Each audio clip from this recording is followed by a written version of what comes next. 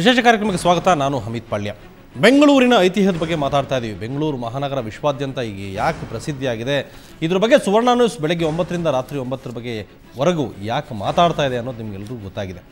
ಬೆಂಗಳೂರು ಮಹಾನಗರಕ್ಕೆ ಅದರದೇ ಆದಂಥ ಒಂದು ದೊಡ್ಡ ಇತಿಹಾಸ ಇದೆ, ಜೊತೆಗೆ ದೊಡ್ಡ ಹೆಸರು ಕೂಡ ಇತ್ತು. ಬೆಂಗಳೂರು ಮಹಾನಗರವನ್ನು ಉದ್ಯಾನ ನಗರಿ, ಗಾರ್ಡನ್ ಸಿಟಿ ಅಂತ ಕರೀತಾ ಇದ್ರು. ಬೆಂಗಳೂರು ಮಹಾನಗರದ ಮೇಲಕ್ಕೆ ಏರಿದರೆ ನೀವು ಮೇಲೆ ಏರಿಯಲ್ ಸ್ಪೇಸಿಂದ ನೋಡಿದಾಗ ಎಲ್ಲೆಲ್ಲೂ ಬರೀ ಗಿಡಮರಗಳು ಕಾಣುತ್ತೆ ಹಸರಾಗಿ, ಅದಕ್ಕೆ ಗಾರ್ಡನ್ ಸಿಟಿ ಅನ್ನೋ ಹೆಸರು ಬಂತು. ಆ ನಂತರ ಬೆಂಗಳೂರು ಮಹಾನಗರ IT ಸಿಟಿ ಆಯಿತು. ಇದೊಂದು IT ಹಬ್ ಆಗಿತ್ತು. ಅಮೇರಿಕಾ, ವಿಶ್ವದ ದೊಡ್ಡಣ್ಣ ಅನ್ನಿಸ್ಕೊಂಡ್ರು ಅಮೇರಿಕಾ ಕೂಡ ಬೆಂಗಳೂರು ಮಹಾನಗರದ ಬಗ್ಗೆ ಮಾತಾಡ್ತಾ ಇದ್ರು. ಅಷ್ಟರ ಮಟ್ಟಿಗೆ ಬೆಂಗಳೂರು ಹೆಸರು ಮಾಡಿತ್ತು.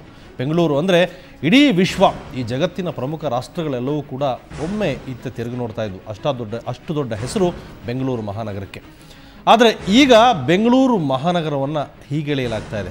ಬೆಂಗಳೂರು ಮಹಾನಗರಿಗರಿಗೂ, ಕರ್ನಾಟಕ ರಾಜ್ಯ ಮತ್ತು ಇಡೀ ದೇಶಕ್ಕೆ ಒಂದು ರೀತಿ ಸಂಕೋಚ ಮತ್ತು ನಮಗೇನೋ ಅಳುಕು ಅನ್ನಿಸ್ತಾ ಇದೆ. ಯಾಕೆ ನಮ್ಮ ಸಿಟಿಗೆ ಈ ರೀತಿ ಹೆಸರು ಬಂತು ಅಂತೇಳಿ.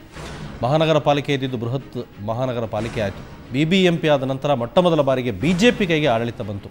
ಆದರೆ BJP ನೇತೃತ್ವದ ಬೆಂಗಳೂರು ಮಹಾನಗರ ಪಾಲಿಕೆಯಿಂದ ಬಹಳಷ್ಟು ನಿರೀಕ್ಷೆ ಇತ್ತು. ಆದರೆ ಅವರು ನಿರ್ವಹಿಸಿದ ರೀತಿ ನಿಜವಾಗಲೂ ವಿಶ್ವದಲ್ಲೇ ಒಂದು ರೀತಿ ಬೆಂಗಳೂರು ಮಹಾನಗರಕ್ಕೆ ಕಪ್ಪು ಚುಕ್ಕೆ ಬರ್ತಾ ಇದೆ. ಇದನ್ನು ಎಲ್ಲ ರಾಜಕಾರಣಿಗಳಿಗೂ ಸೇರಿಸಿ ಹೇಳ್ತಾ ಇದ್ದೀನಿ. ಬಹುಶಃ ಬೆಂಗಳೂರು ಮಹಾನಗರಕ್ಕೆ ಇರಬೇಕಾದ ಹೆಸರನ್ನು ಇನ್ನಷ್ಟು ಎತ್ತರಕ್ಕೆ ಕೊಂಡೊಯ್ಯಬೇಕಾದ ಜವಾಬ್ದಾರಿ ನಿಮ್ಮದು. ಆದರೆ ಬೆಂಗಳೂರು ಮಹಾನಗರಿಗೆ ಇವತ್ತು ತಲೆ ತಗ್ಗಿಸೋ ರೀತಿಯಾಗಿದೆ. ಅದು ಕಾರಣ ಕಸೆ ವಿಲೇವಾರಿಯ ಸಮಸ್ಯೆ. ಗಾರ್ಡನ್ ಸಿಟಿ, IT ಸಿಟಿ ಅನ್ನಿಸ್ಕೊಂಡಿರೋ ಬೆಂಗಳೂರು ಮಹಾನಗರ ಇವತ್ತು ಗಾರ್ಬೇಜ್ ಸಿಟಿ, ಗಲೀಜ್ ಸಿಟಿ ಅನ್ನಿಸ್ಕೋತಾ ಇದೆ. ಸೊ ಇದ್ರ ಬಗ್ಗೆ ಮಾತಾಡ್ತೀನಿ.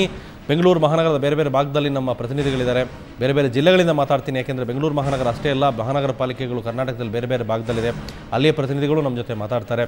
ಅನೇಕರು ನಮ್ಮ ಜೊತೆ ಈಗಾಗಲೇ ಮಾತಾಡಿದ್ದಾರೆ. ಇನ್ನೂ ಬಹಳಷ್ಟು ಜನ ಇದ್ರ ಬಗ್ಗೆ ಮಾತಾಡೋರು ಇದ್ದಾರೆ. ನಮ್ಮ ಬೆಂಗಳೂರು ಮಹಾನಗರದ 4 ಘಟಾನುಘಟಿ ಮಂತ್ರಿಗಳಿದ್ದಾರೆ. ಅಶೋಕ್, ಅರವಿಂದ್ ಲಿಂಬಾವಳಿ, ಸೋಮಣ್ಣ ಮತ್ತು ಸುರೇಶ್ ಕುಮಾರ್. ಅವ್ರ ಬಗ್ಗೆ